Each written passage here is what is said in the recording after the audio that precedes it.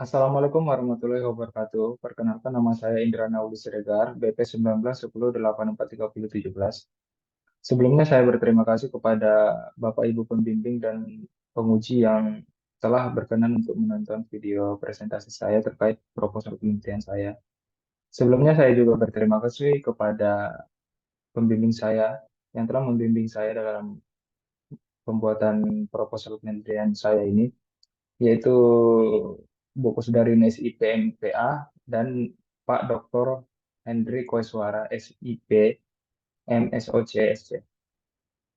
Di sini saya akan mempresentasikan proposal penelitian saya yang berjudul Implementasi Peraturan Wali Kota Padang Sidempuan Nomor 28 Tahun 2021 tentang pengembangan kota layak anak.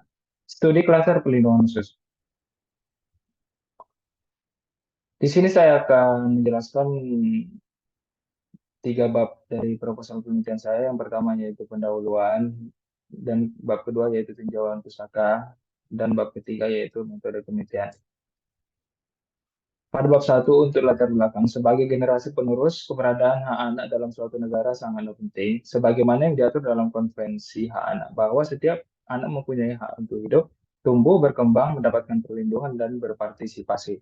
Berdasarkan Undang-Undang Dasar Nomor 23 Tahun 2002 tentang Perlindungan Anak, anak adalah seseorang yang belum berusia 18 tahun, termasuk anak yang masih dalam kandungan. Berbagai permasalahan dan kasus yang menjadikan anak sebagai korban banyak terjadi beberapa tahun belakangan ini. Hal itu menjadikan perlindungan terhadap hak anak menjadi hal yang penting untuk diperhatikan, terutama jumlah kasus perlindungan anak yang marak terjadi terus setiap tahunnya. Berdasarkan data kasus KPAI tahun 2021, kasus perlindungan anak pada tahun 2021 berjumlah sebanyak 5.953 kasus. Jumlah kasus tersebut didominasi oleh klaster 5, yaitu perlindungan khusus yang mencapai 2.982 kasus, dan sisanya sebanyak 2.971 pada keempat klaster lainnya. Dari sisi lokasi, kasus perlindungan anak di Indonesia banyak terjadi di 5 provinsi di Indonesia, yaitu Provinsi Jawa Barat, DKI Jakarta, Jawa Timur, Banten, dan Provinsi Sumatera Barat, Sumatera Utara. Kemudian berikut kasus perlindungan anak di Indonesia berdasarkan klaster pada tahun 2016 sampai 2020.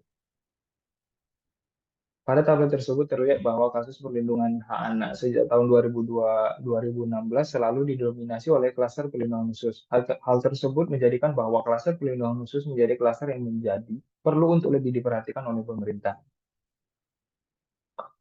Berikut data presentasi kenaikan kekerasan terhadap anak pada kota di Provinsi Sumatera Utara pada tahun 2020 sampai 2021.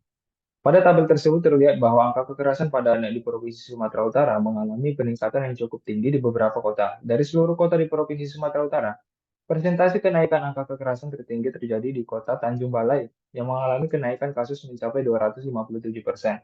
Disusul kota Pematang Siantar sebanyak 100% dan kota Tebing Tinggi sebanyak 49%. Sedangkan sisa kota lainnya mengalami penurunan. Persentase penurunan tertinggi terjadi di Kota Padang Sidempuan yang mencapai minus 87% dari penurunan tersebut di antara kota lainnya. Di Sumatera Utara, Kota Padang Sidempuan memiliki potensi lebih tinggi dalam upaya peningkatan implementasi pengembangan kota layak anak. Kemudian, berikut data kasus di Kota Padang Sidempuan. Dari tabel tersebut menunjukkan bahwa adanya penurunan yang signifikan dari kasus kekerasan terhadap anak. Penurunan signifikan terjadi pada kasus kekerasan fisik, psikis, dan seksual, sedangkan eksploitasi, trafik, penelantaran, dan lainnya tidak. Namun pada kenyataannya, peneliti masih menemui bahwa masih marak terjadinya kasus predator anak di Kota Padang Sidempuan. Hal ini terlihat dari banyaknya peneliti menemui berita yang didominasi oleh kasus kekerasan seksual pada anak di bawah umur di Kota Padang Sidempuan. Kemudian selain itu, Kota Padang Sidempuan ternyata masih cukup tinggi pada anak terlantar dan anak berkebutuhan khusus. Pada tabel di atas bahwa Kota Medan sebagai ibu kota Provinsi Sumatera Utara menempati posisi teratas pada jumlah anak terlantar dan anak berkebutuhan khusus. Sementara posisi kedua disusul Kota Binjai pada anak terlantar dan Kota Tebing Tinggi pada anak berkebutuhan khusus. Sementara Kota Padang Sidempuan menempati posisi ketiga pada kedua sisi. Kemudian, untuk pencapaian penghargaan kota layak anak di Kota Padang Sidempuan, terlihat pada tabel tersebut bahwa dapat dilihat bahwa Kota Padang Sidempuan masih mendapatkan penghargaan tingkat pertama sejak tahun 2019 sampai 2022. Tahun 2020 penghargaan Kota Layak Anak ditiadakan karena pandemi COVID-19 selama 3 tahun terakhir. Kota Padang Sidempuan selalu stagnan, berada pada tingkat pertama, dan belum pernah mencapai tingkat madya.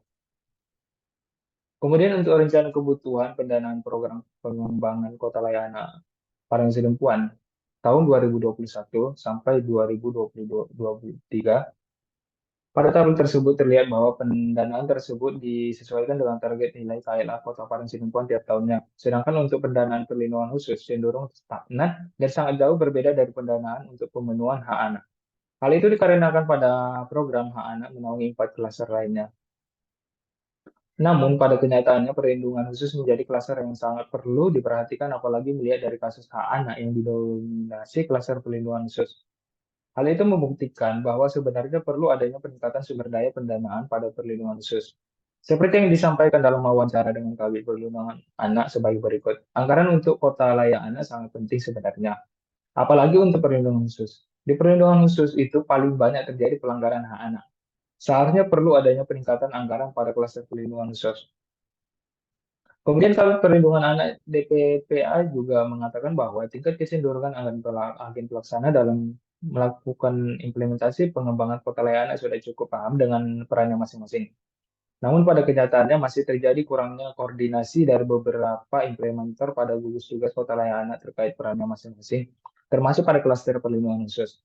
Berdasarkan kasus eksploitasi anak di Kota Parangsinimpuan, ketika ditanya awak media, apa peran perlindungan anak LPPA dalam hal kasus eksploitasi anak tersebut?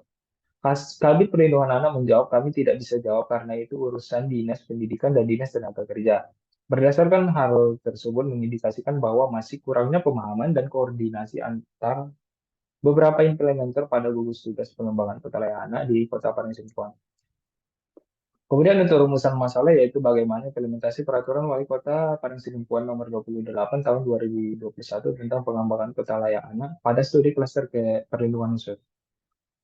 Untuk tujuan penelitian dari penelitian ini yaitu untuk mendeskripsikan dan menganalisis implementasi peraturan Wali Kota Parangsidempuan nomor 28 tahun 2021 tentang pengembangan kota layak anak pada studi klaster perlindungan khusus. Kemudian manfaat teoritis, penelitian ini diharapkan dapat memberikan kontribusi bagi keilmuan administrasi publik, terkhususnya kajian dalam konsentrasi kebijakan publik, yaitu implementasi kebijakan. Manfaat praktis penelitian ini harapannya dapat menjadi bahan acuan dan rujukan serta masukan terhadap instansi terkait yaitu Dinas Pemberdayaan Perempuan dan Perlindungan Anak dalam rangka implementasi peraturan wali kota tentang pengembangan kota layak anak di Kota Parangsinimpuan. Dan juga harapannya dapat menambah hasanah ilmu pengetahuan tentang pedoman dalam memperlakukan anak serta dapat melindungi hak-haknya sebagai mestinya. Kemudian untuk bab 2, pada penelitian relevan, yang pertama yaitu Safitri Rangkuti dan Irfan Ridwan Maksum. Yang kedua yaitu Erni Suryani, Agustin, dan Alamsyah. Yang ketiga yaitu Emma Putri Lubis dan Evi Zubaidah. Kemudian untuk teori penelitian, penelitian menggunakan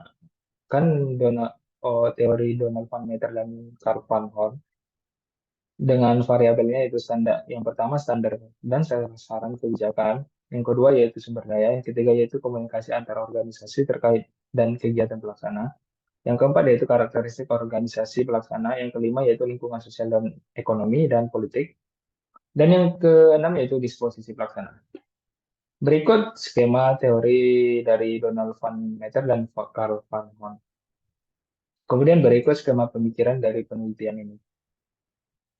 Kemudian dari definisi konsep, yang pertama yaitu implementasi kebijakan. Implementasi kebijakan merupakan tahapan yang penting dan strategis dalam proses kebijakan publik. Hal tersebut menjadi penting dan strategis karena suatu program di kebijakan harus dilaksanakan untuk mencapai suatu tujuan yang telah ditetapkan. Kemudian kota layak anak. Kota layak anak merupakan kota yang mempunyai sistem pembangunan berbasis hak anak melalui pengintegrasian komitmen dan sumber daya pemerintah, masyarakat, dan dunia usaha yang terencana secara menyeluruh dan berkelanjutan dalam kebijakan program kegiatan untuk menjamin terpenuhinya hak anak. Kemudian klaster perlindungan khusus. Berdasarkan Peraturan Wali Kota Padang Sidempuan Nomor 28 Tahun 2021 tentang pengembangan kota layak anak, anak yang memerlukan perlindungan khusus yaitu anak dalam situasi darurat karena kehilangan orang tua, pengasuh, tempat tinggal. Anak yang berhadapan dengan hukum, anak dalam situasi eksploitasi secara ekonomi sosial, korban tindak kekerasan dalam keluarga, sekolah maupun lingkungan, korban nafsa, HIV dan AIDS, korban penculikan, korban perdagangan anak, penyandang cacat, dan korban penelantaran. Kemudian berikut definisi operasional dari penelitian ini.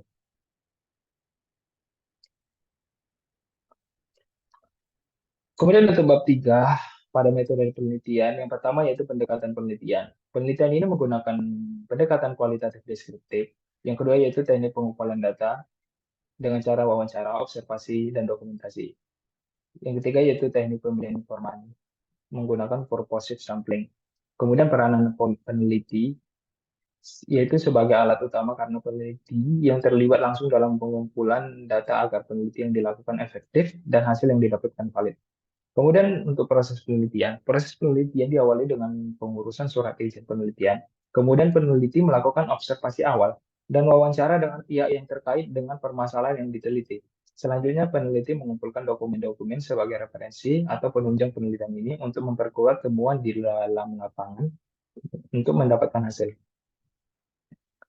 Kemudian unit analisis. Unit analisis dalam penelitian ini adalah kelompok. Kelompok di sini adalah gugus tugas kota layak anak, klaster pelindungan khusus kota Padang Sidempuan. Kemudian untuk teknik keabsahan data, pengumpulan data, reduksi data, penyampaian data, dan penarikan verifikasi kesimpulan. Dan yang terakhir yaitu teknik keabsahan data, yaitu menggunakan triangulasi sumber. Baiklah, sekianlah presentasi yang dapat saya sampaikan. Kurang lebihnya saya mohon maaf jika ada kekurangan. Sekian, Assalamualaikum warahmatullahi wabarakatuh.